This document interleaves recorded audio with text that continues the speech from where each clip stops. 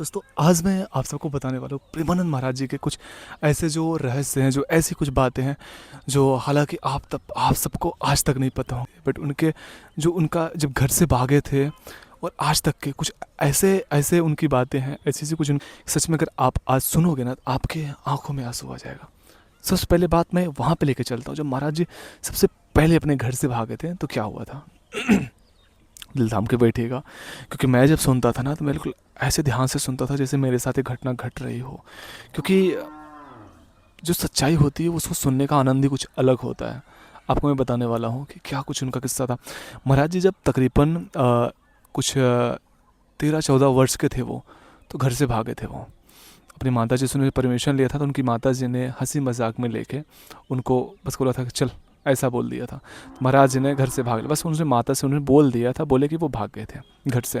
क्योंकि वो बोले पूर्व जन्म का हमारा कुछ भजन का ऐसा प्रताप था कि इस जन्म में मुझे रहा नहीं गया, तो उन्होंने निकल गए वहाँ से। 10 का परीक्षा भी नहीं दिए थे, उनको संस्कृत वगैरह कुछ नहीं आता था। महाराज जी अपनी बताते हैं वार्ता में, हमको कुछ नहीं आता था। अच्छा, वो घर से जब भाग गए, फिर वो वहाँ से निकलने के बाद महाराज जी के लाइफ में बहुत उतार चढ़ाव आया। तो महाराज जी अपने घर से एक कमंडल लेके गए थे और कुछ भगवत गीता की कोई पुस्तक वगैरह लेके गए थे अपने घर से। तो जब वो लेके गए महाराज जी, तो रास्ते में वो भागते भागते, उनके कई घर वाले भी आए थे, पिताजी हालांकि आए, वो बाद में आए।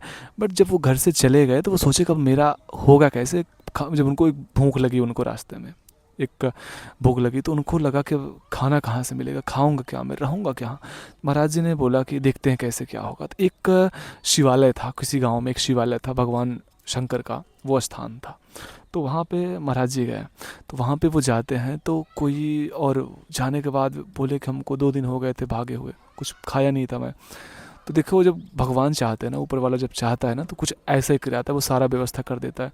और हम लोग के पास क्या, हम लोग को तो विश्वास नहीं रहता भगवान पे, तो ऐसे रहता। पर महाराज जी, श्री जी ठाकुर जी, उनको अपनाए, वो सब जो चाहे वो कराएं। तो महाराज जी वहाँ पे गए, शिवालय पे गए, तो वहाँ पे बैठे थे, उनको भूख लगी थी। तो एक कोई आदमी आया और उनसे पूछा महाराज जी से कि यहाँ पे एक साधु बाबा रहते थे, वो अब नहीं है क्या।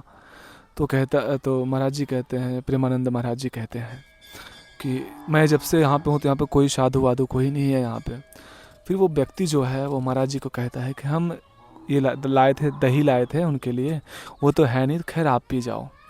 तो वो जो है महाराज जी को वो महाराज जी जो अपने घर से कमंडल लेके आए थे उसमें लेते हैं। उन्होंने कहा कि महाराज जी हम कैसे पाए, वो बोले कि पालो।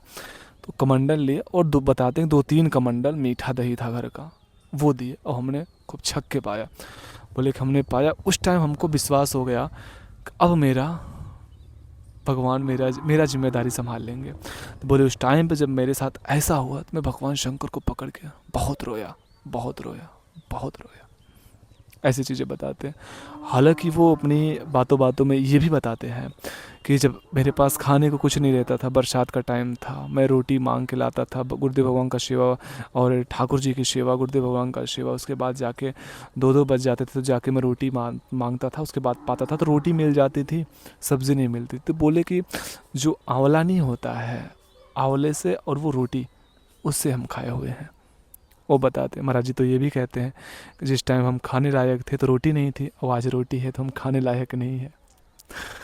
क्या, और क्या क्या ये, क्या क्या बताएं। और महाराज जी के कहानी में ऐसा आता है कि उनके बातों बातों में, महाराज जी एक बार की बात है, उनकी जिस वो आश्रम में रह रहे थे, जिस आश्रम में रह रहे थे, जब उस आश्रम वालों को पता चलता है कि महाराज जी की जब किडनी खराब है, तो वो महाराज जी को आश्रम से निकाल देते हैं। दोनों किडनियाँ उनकी फेल, जब उनको पता चलता है तो महाराज जी की दोनों किडनी फेल। तो आश्रम वाले जब बुलाते हैं महाराज जी को, कहते हैं कि किसी से संदेश भिजवाते हैं कि इनको कह दो कि अब आश्रम छोड़ के चले जाएं। तो महाराज जी को वो बात समझ नहीं आई थी, तो वो कोई आदमी था, वो जाके महाराज जी को कहता है कि आपको आश्रम छोड़ के जाना होगा। तो महाराज जी उसमें कहते हैं कि हमारा कोई दोष है। बोले कि आप जाके बड़े वाले उनसे महाराज से बात करो जो आश्रम करे थे। तो महाराज जी उनके पास जाते हैं, तो बोले कि महाराज जी सुना है हमने, आप कह दिए कि आश्रम से चले जाओ।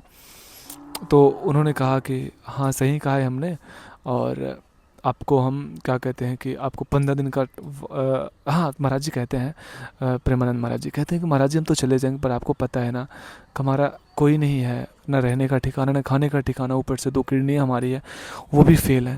तो आपको पता होना चाहिए कि हम कहाँ जाएंगे, किस जगह जाएंगे, आखिर कौन होगा हमारा। तो वो जो थे वहाँ पे महाराज जी बड़े करुणामय स्वर में कहते हैं, उन्होंने हमसे एक बात बोला। वो कहते हैं कि हम तुम्हारा ठेका लेके बैठे हैं का। तो महाराज जी बोले, जब हमको ये बात सुनने को मिला तो हमारे दिल में इससे लगा कि जैसे कोई ऊपर से कोई कुछ छोड़ दिया हो। कि बोले कि बस, बोले कि हम आपको 15 दिन का वक्त दे रहे हैं, 15 दिन में आप ये आश्रम छोड़ के चले जाओ यहाँ से। महाराज जी कहते हैं 15 दिन नहीं, हम बस आप 5 मिनट में गए, झोला उठाए निकल लेंगे। तो गए वैसे महाराज जी। अब ये कहानी आगे बताऊंगा, बहुत लंबी होगी, बट यहाँ तक सुनो। फिर श्री जी जैसे जैसे करके उनकी व्यवस्था की, आज जहाँ तक हो आप ऐसा देख रहे हो। और महाराज जी हालांकि कुछ ऐसे भी किस्से आते हैं कि महाराज जी के उस टाइम पे कुछ ऐसी चीज़ें आती हैं कि वो जिस टाइम वो यमुना के पहले वहाँ से जब आए थे तो कुछ दिन वो वाराणसी में रहे थे। वहाँ पे क्या कहते हैं कि वृंदावन में तो बाद में गए थे वो, पर वो काफ़ी टाइम ऐसा हुआ, काफ़ी वक्त ऐसा था कि वो काशी के घाटों पे वो समय व्यतीत किए हैं, काशी के घाटों पे रहते थे जिस टाइम पे उनका कोई सपोर्ट करने वाला कोई कुछ नहीं रहता था। तो वहाँ पे भी बस मांग के खाना, यही सब चीज़ें रहता था उनका। तो एक बार की बात है, क्योंकि महाराज जी का एक स्टार्टिंग से उनका एक व्रत रहता था। व्रत ये था कि हम कभी मांग के किसी से नहीं खाएंगे। महाराज जी ये कहते थे कि जो आकाश वृत्ति से जो हमको मिलती थी वही हम पाते थे, कभी किसी से आगे हाथ नहीं फैलाए। और महाराज जी का कहना ये भी है कि ना हम कभी सरकारी किसी कागजात में अपना नाम डलवाएंगे, ना कभी हाथ में पैसा लेंगे। महाराज जी यहाँ तक कि कभी कभी ऐसा सिचुएशन आता है, महाराज जी के पास पैसे नहीं रहते हैं, सिचुएशन नहीं हुआ रहता नहीं, उनके शिष्य जो हैं वो लोग पैसे कहीं पे कुछ देना वेना होता है तो वो लोग देते हैं। तो ये तो यमुना तो गंगा का किनारा था, महाराज जी के पास में कुछ भी नहीं था, खाने वाने को उनके पास में कुछ नहीं था। तो महाराज जी बोले कि हमको कई महीने कई दिन गुजर गए थे उस टाइम पे। तो बोले कि हम क्या किए पता है आपको, बोले कि बालू की जो रेत होती है वो उस टाइम पे पाए थे और गंगा जी का पानी पी के रहे हैं। और महाराज जी के साथ में कई बार ऐसा हुआ कि उनका भूतों से भी सामना हुआ है। अब जो भूत वाली जो सामने वाली बात है, जो ये कहानी है, उसको आगे चल के मैं ज़रूर बताऊंगा। इससे ज़्यादा पहले एक बात और आपको बताता हूँ, उससे भी बड़ी दर्दनाक आपको एक बात और बताता हूँ।